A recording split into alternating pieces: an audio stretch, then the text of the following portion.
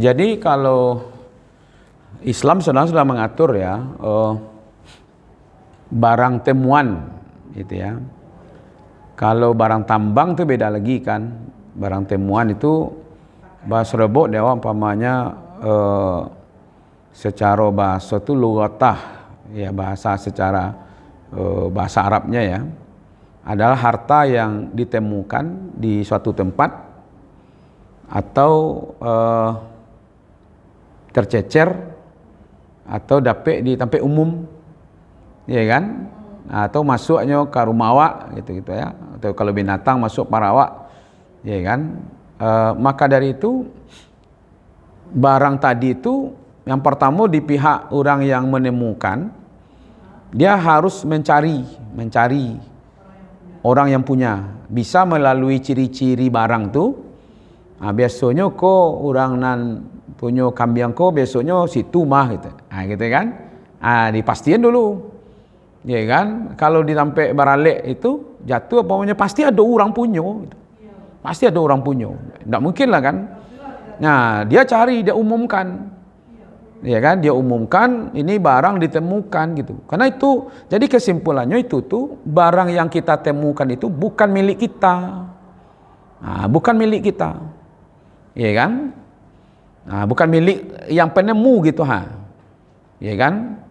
Apalagi yang sifatnya barang itu berharga, ya kan?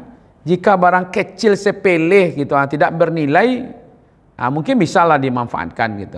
Kalau tidak ada nilainya gitu, pamonya apa namanya itu ya, yang sifatnya ya kok samek lah gitu ya, peniti, itu kan hal-hal kecil tuh, ya kan? Itu akal lah seperti itu. Tapi jika dia bernilai umpamanya uang, emas tadi itu, barang berharga, itu satu ibu, wajib diumumkan selama 1 tahun. Diumumkan dulu, mungkin enggak, iya kan? Iya kan? Kalau tadi itulah selesai sebenarnya tuh. Lah diumumkan orang yang punya lo yang mengumumkan, iya kan?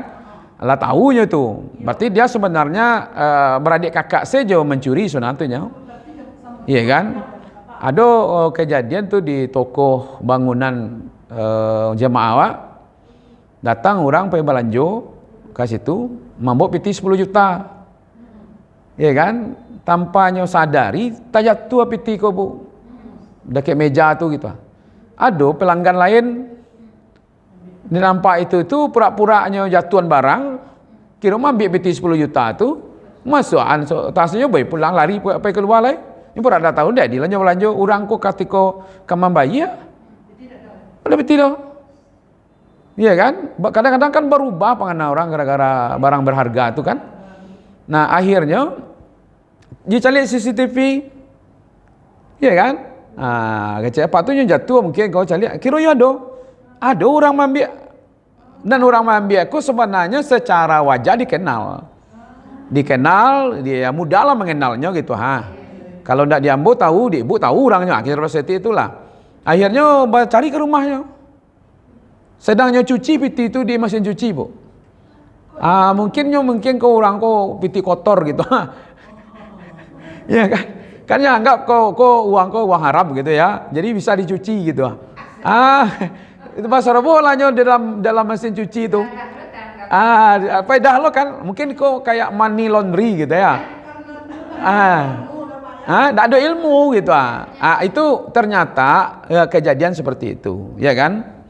Jadi harus diumumkan 1 tahun di tempat orang yang berkumpul.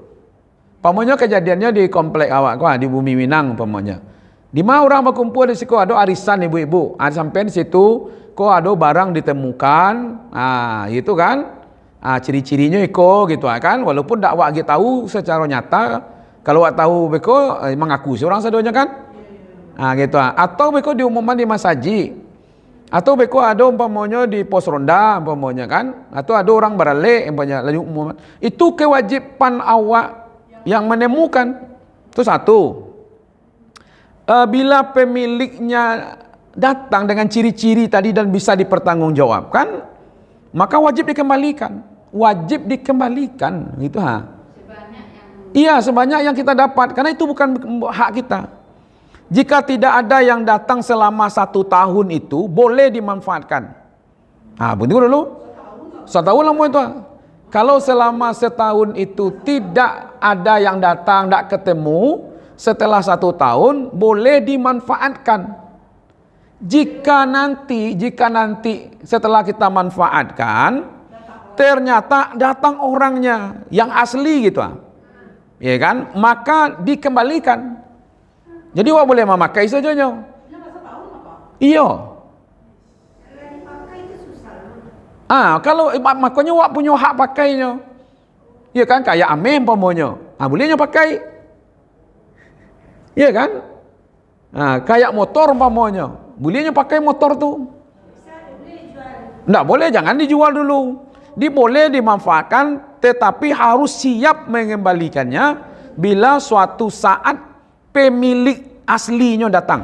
Jadi harus dikembalikan ya Pak? Oh iya.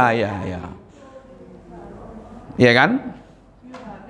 Jika barang ditemukan pamannya di tempat yang spesial pamannya, ya kan? Yang di suatu tempat yang sulit beko menemukan orang di situ pamannya. Pamannya ibu basrobo di Rimbo tu ya kan? Kan sulit tuh.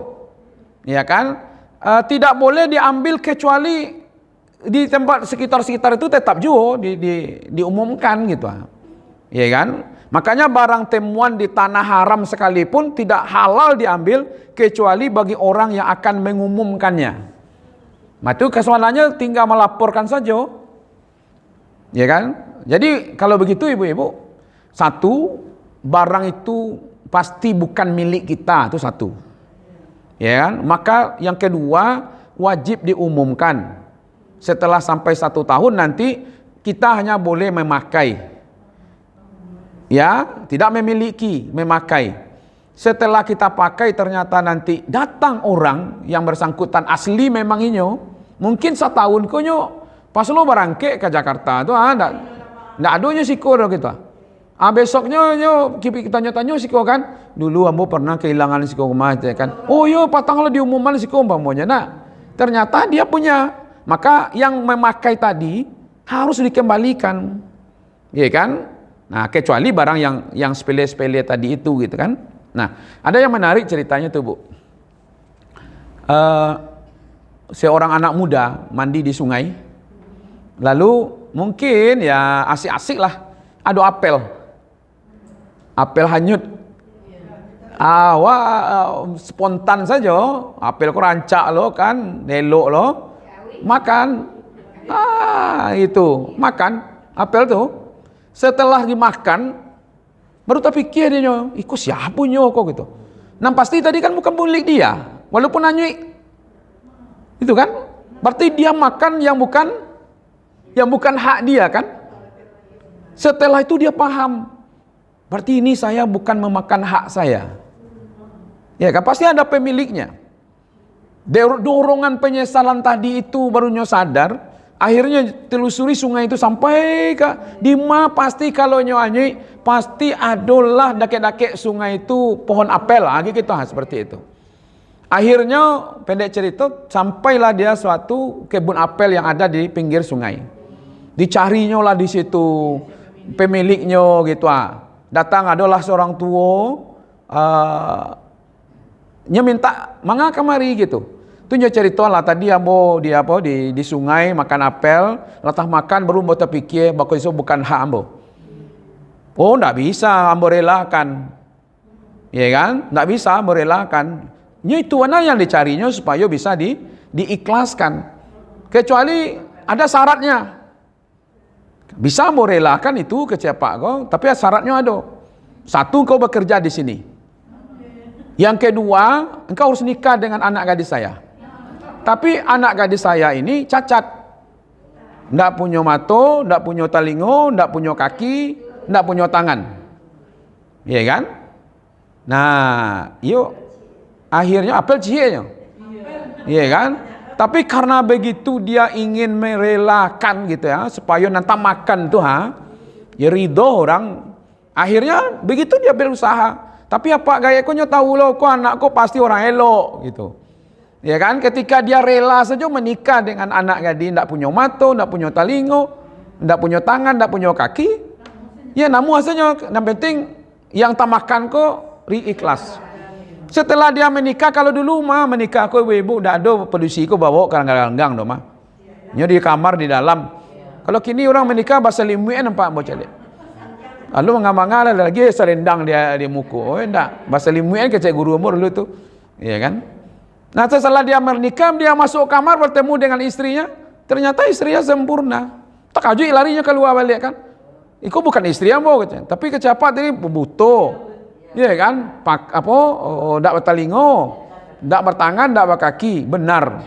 Karena dia tidak pernah melihat sesuatu yang haram. Dia tidak pernah mendengar sesuatu yang haram. Dia tidak pernah melangkah ke tempat-tempat yang haram. Dia tidak pernah mengambil. Jadi nampaknya orang baik akan dipertemukan dengan jodoh yang baik. Maka dari itu ibu-ibu, kalau seandainya tadi itu dua caranya bu.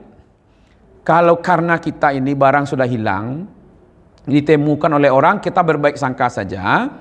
Satu solusinya, ambil saja yang masih utuh itu. Kalau bisa kita relakan yang sudah terpakai, oke. Tapi sudah diganti dengan model lain gitu. Ya berarti kan yang penting di situ ada keikhlasan. Kalau ibu diganti dengan model lain, berarti lah penuhi tadi, lah dipenuhi syarat tadi kan. Dia pakai, dia manfaatkan, lalu ketika bertemu dengan orang yang sebenarnya, ya kan, lalu dia kembalikan. Nah, kalau dipertanyakan umpamanya, kenapa waktu pengumuman itu bisa jadi dua kemungkinan. Satu, ketika diumumkan itu dia pergi. Satu kemungkinan. Dan keduanya sedang terpengaruh. Terpengaruh oleh keadaannya sendiri gitu mungkin bisa jadi. Kini mungkin keikhlasan di situ saja, keridhaan awak. Selama ibu ridho, umpamanya dipulangkannya separuh atau dipulangkannya dengan benda yang lain walaupun harganya sama, tidak perlu lagi disebutkan nama orangnya. Ya kan? Yang jelas kini pindanglah balik ke tampuaknya kan. Sirilah balik ke gagangnya gitu. Kan tidak mesti pula ketika barang kita udah kembali, tidak mesti pula kita membuka aib orang. Gitu ya. Itu yang menariknya, Bu. Ketika ada yang hilang di kelas, ini guru ya. Ketika ada yang hilang di kelas itu, pasti yang ngambilnya teman-temannya di kelas. Iya kan? Maka guru ini sangat bijak. Sangat bijak itu dia akan periksa seluruh siswanya. Tapi dia suruh ngadapnya ke dinding. Ya, ke dinding ngadapnya semuanya belakang kepada guru itu. Maka diperiksalah seluruhnya. Dapat di saku salah seorang murid. Diambilnya, Bu, oleh guru ini tadi. Jadi kawan-kawan yang lain kok enggak tahu. Enggak tahu gitu. Baso barang tuh dapetnya di saku yang satu ini. Ya kan? Begitulah kalau barangnya sudah kembali, kan tidak perlu pula kita buka aib orang lain. Nah, gitu Tuh baranglah balik. Justru itulah yang menjadi ingatan bagi muridnya. Ketika muridnya udah sekian tahun ke depan, dia berhasil, dia temui gurunya lagi. Itulah yang sangat salut dia kepada gurunya. Padahal gurunya tahu siapa ambil sebenarnya. Tapi barangnya udah kembali, ya sudah tutup kasusnya. Seperti itu. Ya kan? Sekali alhamdulillah lah kembali kan. Dengan versi yang berbeda lah gitu ya. Tapi yang jelas simpan saja, cukup ibu saja yang tahu siapa orangnya. Tidak perlu kita bukakan kepada khalayak ramai gitu ya. Itu tentang barang hilang atau barang yang ditemukan bukan milik kita gitu ya.